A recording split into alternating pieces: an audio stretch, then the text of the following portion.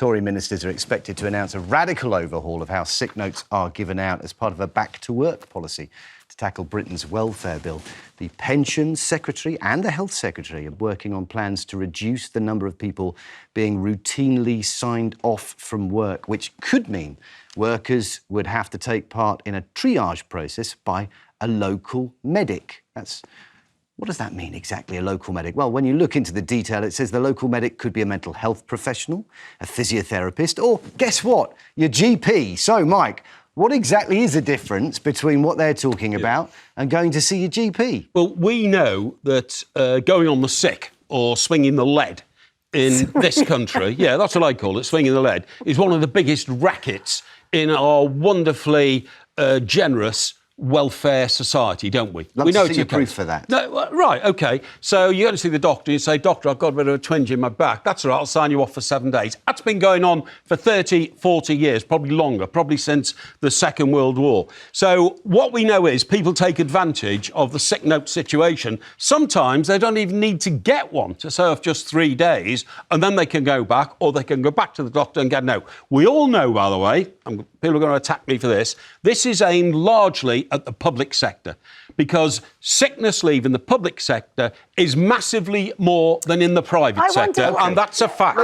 I'm just wondering, because I like to know how well prepared my rival is. Yeah. Do you have the statistics on that, Mike? Yes. OK, can I hear them? It's about 40% greater in the national, not just the National Health Service, but in the public sector than it is in the private sector. I do have the statistics. Because in the private sector, if you don't go to work, you don't get paid. In the public sector, you do.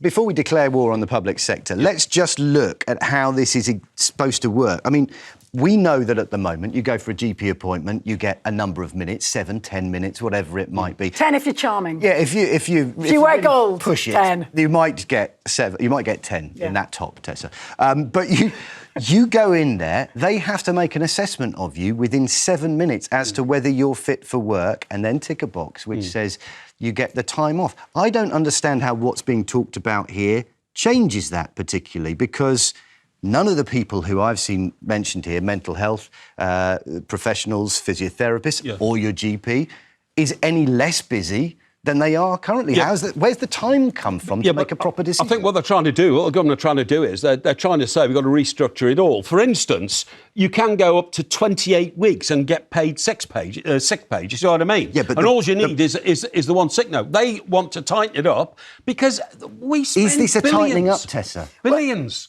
2 seconds. I think there's a little bit of jazz hands window tinsel. It's a bit like the smoking policy. It's a fly-by-night where they're not going to have time to enact it, and they certainly don't have the personnel to find the mental health workers. Also, healthcare workers who've been on strike recently. Nobody notices them. We all talk about the doctor strikes, but healthcare workers, notoriously underpaid, have been striking. We don't have enough of them. They're very hard to recruit. So I don't understand where we get the people to assess us. But just a couple of quick points. I want to pick you up on public sector workers. You are right, Mike. You are more likely to take sick leave if you work in the public sector. But just to clarify, because I think statistics help, the average last year, and it's gone up slightly, for the number of sick days we took, 7.8 days a year. That's across the board, whether you're private or public. The public sector, it's 10%, so not 40%. You're banding around inaccurate statistics. No, I'm not. I'm saying percentage-wise to the private sector, so don't misrepresent me, Tessa, OK? OK, but moving on, I do think there are broader issues about why we have well over 2 million people who are not economically active, and nor, incidentally, are they job seeking. But I think that the easiest way to work out why we've got these economically inactive people and the numbers are rising is just to look at the NHS queues. If you have 7.6 million people waiting for treatment in our health service, well, it's a bit of a no-brainer to work out why some of them might not be in the job market right now. And another way to interpret the public sector figures that you're talking about is that people actually feel safe enough in their employment to genuinely say, I am not well enough to work. Whereas people who are out there in the world, in the corporate, commercial world, freelancers as well, will be saying, I can't take a day off. But some people in the public sector, when they start their jobs, sick days are built into the agreement. an agreed number of sick days they might take in 1 year is built into the agreement. You never get that in the private sector. That then encourages people in parts of the public sector industries that we have to actually take days off. Or just allows them to do it when they're genuinely ill. And that makes it more inefficient if people are taking days off when there's The other thing is the definition of sickness. Is sickness because you got up one morning and you felt, I feel a bit fluey, I think I'll go back to bed, which you don't do in the private sector? Or is sickness genuinely, I've feel got a bit fluey and then you take it into your workplace where everybody gets the flu. You might not have the flu, you might just feel a bit fluey. I want to hear from Paul. Paul, should it be harder to get a sick note from your GP or from anybody? What do you think? No, it shouldn't at all. And I totally disagree with Mike Parry about the private sector. I used to work in the private sector, and in my contract, I was allowed up to 35 sick days a year before I had to provide a sick note.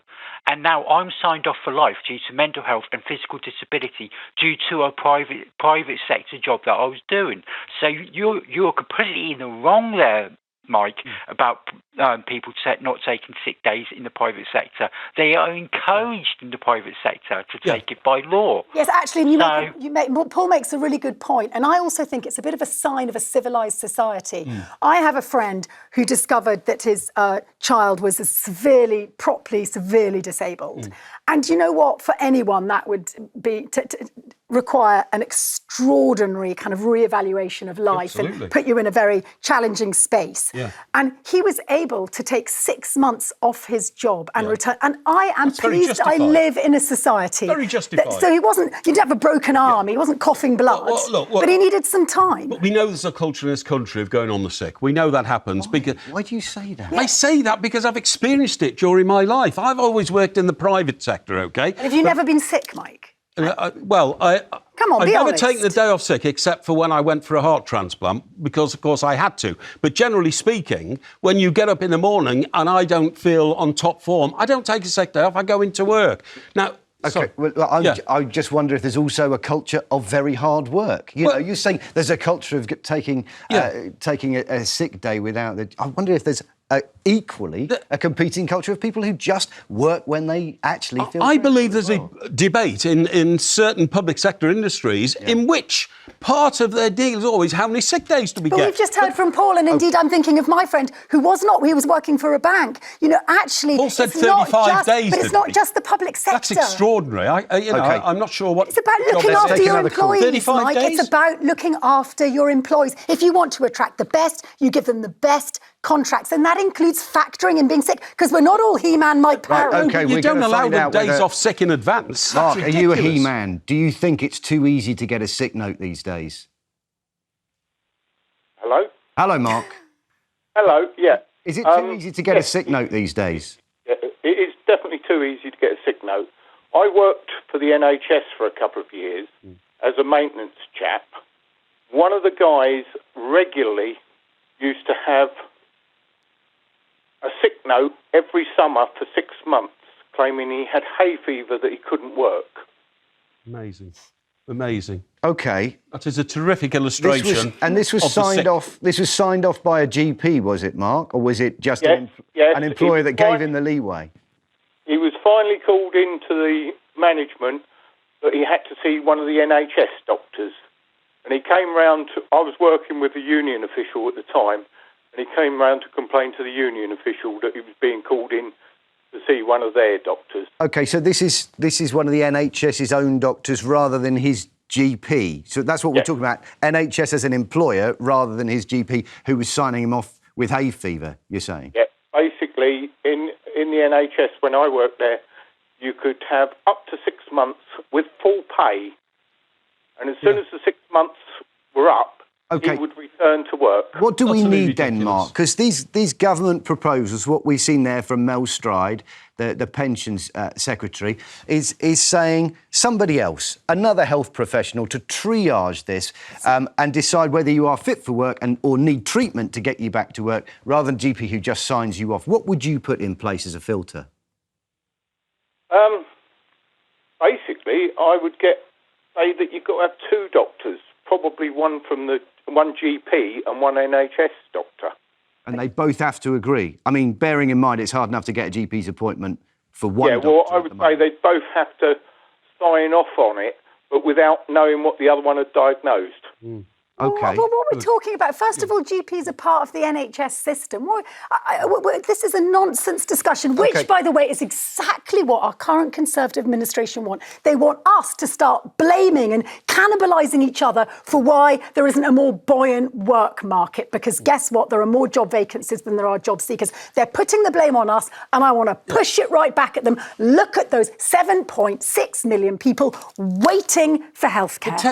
The reality is, though, Mike, if there are no GP appointments available to make these considered decisions, and that's what we're getting down to, I think that's what Tess is getting at, is actually the structure for GPs is perfectly good to make these decisions when they have the time to consider it properly. And they know the patient's best, let's face facts. You can take days off sick without getting a doctor's note. The first 3 days you can do it. Now, in the private sector, after the 4th day, you get £109.40, right, sick pay, paid by the company you work for, whereas in public sectors, you can be paid full pay from the first day you take off sick, and it can go on forever. It honestly can. This is misinformation. It's not misinformation. As we've discussed already. You tell me what's misinformation about it. I've just checked the figures. It entirely depends on what the contract is with your private company. They differ by definition. No. Okay. I'm sorry, there isn't one rule for private. That is statutory. That might be statutory, but lots of companies have different policies. But I'm saying £109.40 is a statutory payment. But you don't get till the 4th day. I've made it absolutely clear. Is it too easy to get a sick note currently? Should it be changed? Oh, hi. Hello, everybody. I'm a bit nervous, so bear with me. I think it should be left as it is. I believe the onus should be put more on employers to actually treat their staff better. And if they did that, then I don't think people would actually, they'd think twice about taking sick. I think Julia makes a brilliant point. So to actually create, an employer pays wages, and it's in their interest to keep the employee working, keep them productive. I mean, what Julia says actually makes a lot of sense. It does make a lot of sense, but it puts a financial burden again on the private sector, whereas in the public sector, the only people who are paying for anything is the taxpayer. Not if it's repaid, and that's not fair. Not if it's repaid in greater productivity, though, Mike. It pays for itself. Well, come on, that's airy-fairy. It's not airy-fairy. Greater productivity because people know that they can take a few days off. I mean, that makes sense to me. Mike, we've got a really competitive job market at the moment. And incidentally, I really welcome Julia's call. But the same works for the NHS system. For every £1 spent, you get £3 more in terms of productivity. What's that? By definition, well, if you pay for their hip replacement, we've got 4,000 people in Britain waiting for new hips and new knees, waiting longer than 2 years. If you get them up and running, they can go back to work, Mike. It's a no-brainer. It's really obvious. Okay, thank you.